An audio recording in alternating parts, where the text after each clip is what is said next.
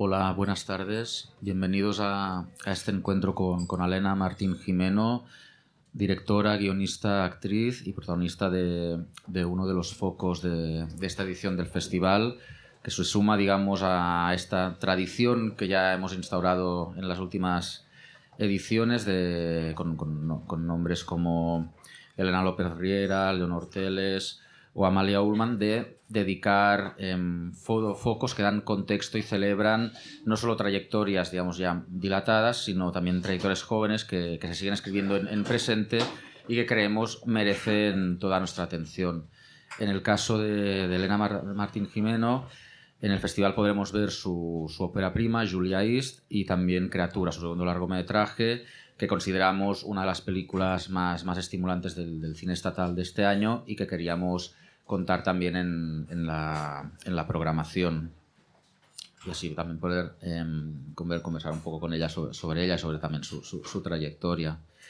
Me gustaría empezar hablando un poquito de Criatura y citando quizás una de las escenas que han sido más comentadas y que han dado más que hablar de la película, que es ese momento en que Mila, la protagonista que Elena encarna a los 30 años, tiene una conversación con su padre y le pregunta si se siente incómodo con ella o si se siente incómodo ante su proximidad, a lo que su padre, digamos, responde con ciertas evasivas y acaba diciendo pues algo así como que, bueno, que está muy bien hablar las cosas, que es algo muy, muy propio de su generación, digamos, de la generación de ella. Y para mí eso resume, concentra muy bien, digamos, el reto, que no provocación, que también creo que es un término que se ha aplicado en algunos textos a la película y que yo creo que no acaba de ajustarse a lo que entiendo que propone el film, pero sí que, digamos, que nos reta a hablar, a mostrar cosas que no solemos ver, de los que no solemos hablar, como es el caso de lo que le sucede a una mujer pues, cuyo deseo ha sido silenciado o bloqueado numerosas veces a lo largo de su vida. Hola, ¿qué tal? Buenas tardes. Qué bien que estéis aquí con la buena tarde, con la comida en el estómago.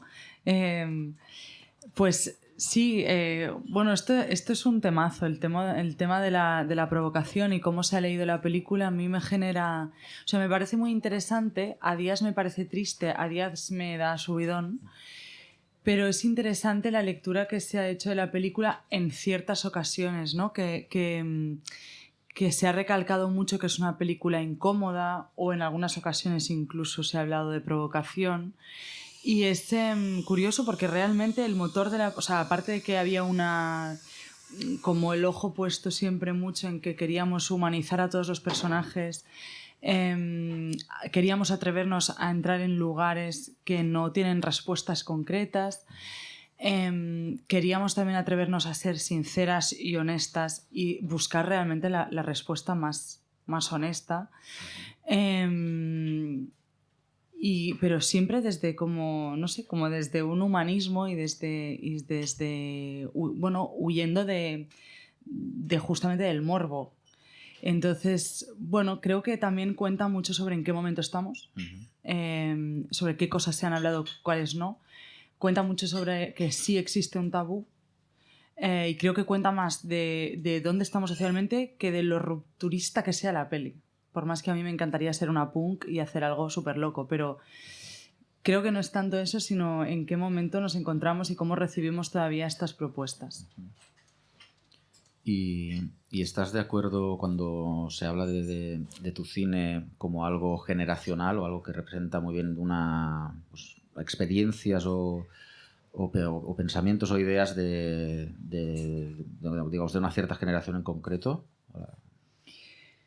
A ver, yo creo que es inevitable que cuando una se pone a hacer algo conecte especialmente con las personas de la misma generación, porque hay unas experiencias vividas y hay un contexto político, social, que es compartido, obviamente, pero yo creo que en este tema, y con Clara lo hablábamos mucho, con Clara Roquet, la co-guionista, hay mucho de contexto histórico y hay O sea, porque el momento en el que estamos, donde se pueden abrir ciertos debates que obviamente nosotras no nos hemos inventado, sino que venimos de un lugar que se permite como abrir una puertecita más, es un momento histórico. Y yo, compartiendo la película, tanto en el guión como en pruebas de montaje, con personas de distintas generaciones y distintos backgrounds, y también gente que no era del mundo del cine, te das cuenta de que cada persona entra en la película desde otro personaje, desde otro lugar. Sí, o sea, a pesar de ello, sí. Hay toda una, o sea, hay como una loncha de gente que evidentemente pues ya hay una conexión con, yo qué sé, pues con las faldas de militares y con los flequillos planchados, entonces ahí hay como un acceso directo muy rápido, pero yo creo que es que este tema que no se acaba a los 30. Aparte de que la peli también incluye los 15, que también el trabajo con las actrices adolescentes ha sido muy interesante porque ellas han puesto también su opinión en eso. No tanto su experiencia, porque, por ejemplo, Claudia Malayalada, la prota de la adolescencia, no se identificaba especialmente con el personaje de Mila, pero sí que está viva y ve lo que pasa a su alrededor y ponía su opinión. Pero sí que siento que es un tema. O sea, podríamos haber hecho Mila con 45, Mila con 55, Mila con 70 y seguir explorando cómo se vive el deseo en ese contexto. Quería, bueno, justamente lo has mencionado y quería preguntarte por eso quizás un poco más tarde, pero ya que has sacado la cuestión, la avanzaré, que es cómo has trabajado con las otras dos actrices que interpretan a Mila a los 5 y a los 15 años, para, no sé si para buscar que hubiese algunos gestos o algunas expresiones en los que pudiéramos reconocer al personaje en todas sus edades. Sí, había parte de esto que ya estaba trabajado en guión, porque en guión ya necesitábamos, aparte de llamarla Mila, sí que necesitábamos que se entendiera que estábamos hablando de una misma persona, entonces ya había muchas cosas que fuimos introduciendo. Gestos característicos, sobre todo que tienen que ver con la herida, como por ejemplo cuando Mila en la edad adulta al principio de la película, en esa escena que acaba teniendo un ataque de ansiedad, se agarra a la vulva y tira de ella. También lo hace el adolescente en la última escena de la adolescencia. Y luego la niña no lo hace, pero lo verbaliza. Dice, no quiero que le llamemos nunca más vulva, ¿no? Como hay una negación de...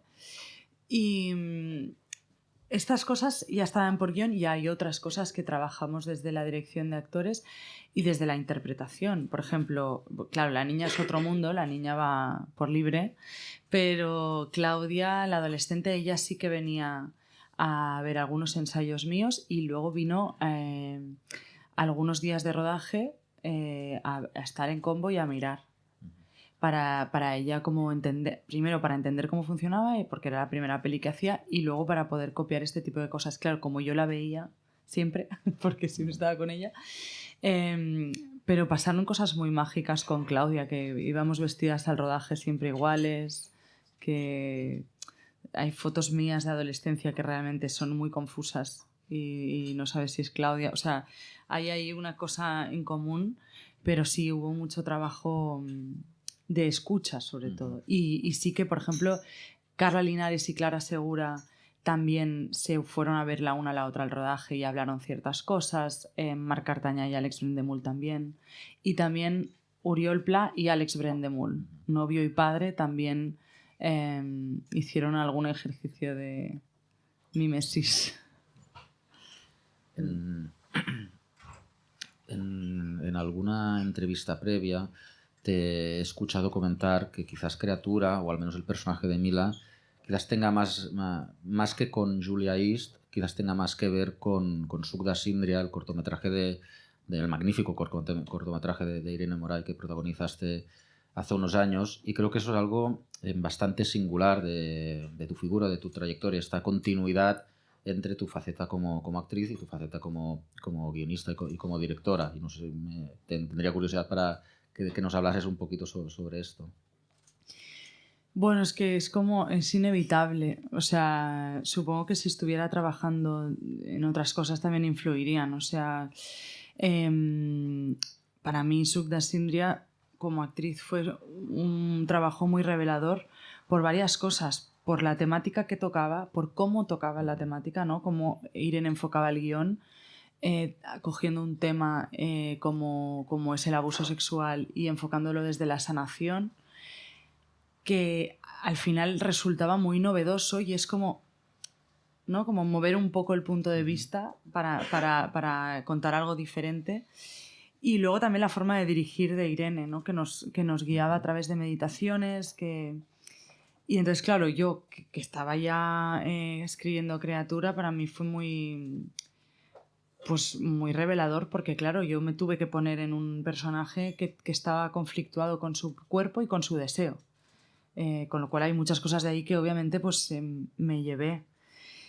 Y luego también, no sé, pienso por ejemplo que igual no es tan evidente, porque claro, no estoy yo actuando y tal, pero para mí escribir Veneno con los Javis y toda la parte de investigación que hicimos, de leer sobre la vida de Cristina, pero también conocer a sus amigas que siguen vivas y también conocer a las actrices jóvenes y trazar un poco como una historia de cómo se ha tratado, cómo se ha medicalizado ¿no? el cuerpo trans, cómo se ha cargado eso pues de prejuicios externos, de asunciones, de tal. Para mí también fue algo muy revelador para la película que yo también estaba escribiendo durante el proceso. Ahora hablo, digamos, desde una persona más de cinéfilo o de crítico, y es que algo de lo que me he dado cuenta desde hace ya un tiempo es de que, por ejemplo, tenemos muy asimilado y muy instaurados discursos como los de la política del autor o la política de autores, pero eso también hace que nuestra mirada se centre casi siempre en el trabajo, digamos, del cineasta, pero nos falta a veces conciencia o formación en aquello que Luc Mullet llamó la política de actores, como para poder analizar, poder valorar y apreciar realmente el trabajo que se produce delante de la cámara, también como un discurso autoral en su manera. Y me gustaría preguntarte si es posible realmente construir un discurso, digamos, coherente internamente desde la interpretación. Totalmente. O sea, yo es algo que cuando he dado clases siempre me gusta mucho abrir ese debate porque, claro, es que también hay una cosa de herencia, ¿no? O sea, no somos un país que tenga una gran escuela de dirección de actores. Hay otros países que tienen más, que tienen una gran tradición y hay muchos libros publicados, hay grandes figuras que han sentado ejemplo, etc. Pero para mí está clarísimo, o sea, la decisión, o sea, ya desde el casting, pero no solo el casting, porque luego el casting puede hacer muchos registros distintos. El código interpretativo es una decisión estética. O sea, el código interpretativo que muchas veces se asume como que lo que tiene que ser es natural, ¿no? Y entonces ya está, hay un color. ¿Lo haces bien o lo haces mal? Punto. Y no pensamos lo mismo de la dirección de fotografía. Ni de la dirección, ¿no? Como hay muchos códigos en los que puedes entrar y cada código, porque la forma siempre es contenido, cada código tiene una posición distinta y estás contando cosas distintas, ¿no? Entonces, más desde el estudio del teatro, donde sí se entra mucho más en todo esto, pues yo, por ejemplo, que he vivido en Berlín y he estado muy en contacto con el teatro alemán, pues no te posicionas de la misma forma respecto al espectador cuando estás en un código interpretativo distante, artificioso a voluntad, que cuando estás cuando te acercas al melodrama, o cuando te pasas de raya con el melodrama, como puede hacer a veces Almodóvar, de repente se toca con ese código distanciado alemán, ¿no? Como o sea, claro, obviar eso es perderte toda una serie de recursos que tienen que ver efectivamente, para mí, con lo político. Porque es lo mismo que si pones la cámara cerca o lejos. Y para mí sí que es muy importante y es muy liberador. Y a mí me gusta mucho cuando he dado clases de dirección de actores mostrar escenas con registros muy distintos que muchas veces nos pasan por alto, ¿no? Y hay casos más extremos, como pueden ser las pelis enteramente griegas que hacía Yorgos Lanthimos. Joder, ahí hay un trabajo de... Y es muy interesante el ejercicio de verte esas escenas y hacerte la pregunta de ¿qué les ha pedido a los actores? ¿Qué les ha pedido? ¿Cómo se lo ha pedido esto para que hagan esto y que estén todos en un mismo código? Y a mí me parece una parte vital. Y yo también, como hago teatro, con el colectivo VA, que es con quienes hago teatro, es una parte súper importante del proceso creativo, de decidir cuál va a ser el código de esta pieza. Bueno, de hecho, yo creo que es una de las cosas que más pena me da cuando me doy cuenta de que a veces el teatro no está presente, digamos, en la vida cultural de muchas personas. Yo tengo muchas amistades que son cinéfilas, son melómanas, leen, van a exposición todos, pero no tienen ningún problema de decir no me gusta el teatro. Así de pleno. No me ha gustado esta obra, no me gusta el teatro directamente. Y es una pena porque, justamente como dices, creo que es la manera realmente de poder apreciar el trabajo de interpretaciones allí, porque no puedes pasar por una obra de teatro sin hablar de lo que está pasando en el escenario y de lo que están haciendo los intérpretes. Bueno. Es desconocimiento, es lo mismo que cuando la gente dice no me gusta el cine español, como si fuera un género. Entonces, bueno, no conoces el cine español o no conoces el teatro, pero... Bueno. Has mencionado antes tu trabajo en Veneno y también quería que hablásemos un poco sobre tu trabajo tanto en Veneno como en Vida Perfecta. ¿Cómo ha sido tu contacto, digamos, con unos rodajes, un sistema de producción que entiendo bastante distinto o algo distinto del que puedan tener tus largometrajes? No tan distinto del de Creatura, sí muy distinto del de Julia East. O sea, bueno, es que Julia East era un proyecto final de carrera que luego se profesionalizó en la postproducción, pero todo el rodaje fue entre amigas, 7 personas yendo en metro cargando material, perdiendo cosas en estaciones berlinesas. Fue algo muy, muy distinto y para mí fue un máster porque realmente era lo primero que hacíamos. O sea, con las autoras, con María Castellví, Marta Cruañas, Paul Rebaque y también Caral Pons, gente que ha seguido estando alrededor. Estábamos aprendiendo, escribíamos, rodábamos, montábamos, volvíamos a rodar, volvíamos a reescribir y bueno, fue muy distinto. Pero sí que es verdad que entre Julia East y Creatura yo he estado trabajando en televisión. También como actriz he trabajado en rodajes con una estructura más tradicional. Y entonces, bueno, Criatura es que es una película que, o sea, las especificidades de cómo se ha rodado tienen que ver con el que yo esté delante y detrás de la cámara, tienen que ver con que hay niñas menores de edad haciendo escenas que tienen una carga sexual, tiene que ver con estas cosas, pero realmente el proceso de escritura de guión, financiación y rodaje ha sido el de un rodaje clásico. Y ahora que nos hemos ido remontando, quizás ya para ir terminando, quería hablar un poco de Las amigas de l'Àgata, que es la película por la que creo que muchos te descubrimos, en este caso como actriz, y que está a punto, digamos, de celebrar su 10º aniversario. Y claro, fue una película, creo que ahora que ya ha pasado un tiempo, podemos decir, muy, muy, muy importante, que nos enseñó a que se podían hacer cosas distintas en el cine español y se podían hacer las cosas de manera distinta. El cine español, recordamos que esta es una película que surge como un proyecto final de carrera de la Universitat Pompeu Fabra, algo que luego ha habido algunos casos más o menos similares en esto, pero que en aquel momento era absolutamente insólito y que de alguna manera creo que tiene un valor de punto de inflexión bastante importante. Y no sé si nos puedes compartir algún recuerdo o cómo ves tú la película ahora, después de tantos años. Pues justo la presenté hace 3 semanas en Montpellier, que hacían un foco de ellos se llamaban Nouvelle Vague Catalana, que es da un poco de risa, pero fue así. Y presenté la peli y claro, es que hace muchísimo tiempo y hace mucho tiempo que no la veo, pero sí que desde luego, claro, para mí fue un proyecto muy importante porque yo antes de ese momento me daba mucho pudor decir que yo quería ser actriz. me parecía ridículo, no por el trabajo de actriz, sino porque era como, bueno, yo quiero ser astronauta. Y sí que me atreví a decir que sí que sí que quería dedicarme también profesionalmente a esto. Y aparte de esto, yo creo que sí que sentó un precedente porque surgió en un momento que de alguna forma, también supongo que es por el momento en el que apareció, ¿no? Y que aglutinó muchas otras películas que estaban saliendo en ese momento.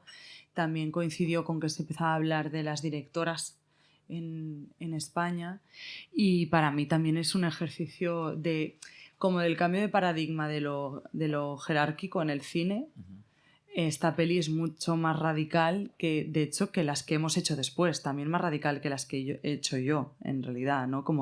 Son 4 directoras, y os puedo asegurar que lo decidían todo juntas, en un fluir del rodaje como muy, muy propio y, no sé, de una forma pues emocionalmente muy delicada, la verdad. Y entonces yo creo que más allá de si después las películas a nivel más industrial puedan o no puedan seguir esa estela, porque a veces, por mucho que quieras menos equipo y más tiempo, luego acaba pasando que las cosas tienen que cuadrar como tienen que cuadrar, te guste más o menos. Pero sí que por lo menos como inspiración y como utopía a mí me parece muy importante que exista. De hecho, ayer justamente en una sesión de cortometrajes que se hizo en el festival por la noche, durante el coloquio surgió la idea de que un rodaje fuera un espacio seguro, un espacio, digamos, acogedor, que también digamos, va a la contra un poco de esa idea, que es un tópico, pero que desgraciadamente muchas veces es cierto de que el cine puede ser un lugar muy hostil, mientras se produce muy, muy tenso, que creo que también ha habido un cierto cambio de actitud entre muchos y muchas cineastas de intentar romper con ese tópico y crear rodajes, digamos, a una escala más humana y trabajando, digamos, las cosas de manera más transversal, menos jerárquica, digamos. No sé si también te sientes identificada con esa concepción de la producción cinematográfica, digamos. Sí, desde luego. También, por otro lado, creo que es importante saber y no ocultar que en el cine hay muchísima gente sufriendo por su salud mental. O sea, hay mucha... Es verdad. O sea, y no lo digo desde un sitio de excentricidad, no digo de la gente que está en cargos de poder solamente, sino estoy hablando de gente... O sea, se hacen muchas horas, trabajar en rodajes es muy duro, sigue siendo muy tenso porque hay mucho en juego en muy poco tiempo, porque obviamente tú no tienes un contrato indefinido y para pasar de un rodaje al otro tienen que hablar bien de ti para seguir trabajando, y es un proceso muy duro y hay mucha gente, sobre todo en los equipos técnicos, porque claro, las directoras rodamos, pero luego nos pasamos tiempo escribiendo o promocionando o haciendo otra cosa, pero en los equipos técnicos la gente pasa de rodaje en rodaje y es una barbaridad, es durísimo, son muchas horas a un nivel de exigencia muy elevado. Y entonces yo creo que cuando estás liderando un equipo así, tienes que ser consciente que ellos no han empezado no han empezado a trabajar con tu peli y no van a acabar de trabajar con tu peli. Como máximo descansan una semana, la gente que está más quemada de repente se pilla un mes y se va muy lejos para que nadie le pueda encontrar y luego siguen rodando. Entonces yo creo que porque creo que es importante hablar de filosofías y de creatividad, pero es que hay una parte que es de sentido común, que yo creo que también es entender que en el cine también somos clase trabajadora, que los convenios todavía hay cosas que, ¿no? En plan, entender que tú estás tratando con personas que trabajan muchísimas horas y que obviamente si encima les pegas un grito, pues igual colapsa alguien, obviamente.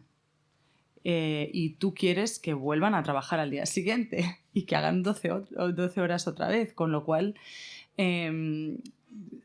no quieres que colapsen, es que ya es una cosa de... Entonces a mí es algo que a veces me enerva mucho porque hay como... Y no lo digo para nada por tu pregunta, porque me refiero a ¿no? como una cosa de discursiva y tal, y es como, no, es que simplemente no se trata mal a la gente, punto. Entonces, si tú no eres capaz de dirigir una película y a la vez hablarle bien a tu equipo, es que igual no eres bueno para el trabajo. Entonces, tienes que dedicarte a otra cosa. Y estaría bien que esto se empezase a implementar ya en las escuelas de cine, digamos. Sí. Y casi que se hicieran asignaturas un poco de esto, quizás. Y eso no significa que no seamos humanas y humanos. O sea, todo el mundo puede tener un mal día. Cuando cada día ya sospecha de si eso es un mal día. Pero, o sea, sí. Y de la misma forma te digo que también desde la posición como directora también pasan otras cosas, como que la gente viene de una historia y viene de una forma de trabajar y viene de rodar series y viene de tal, y hay algo de la jerarquía que acaba incrustándose.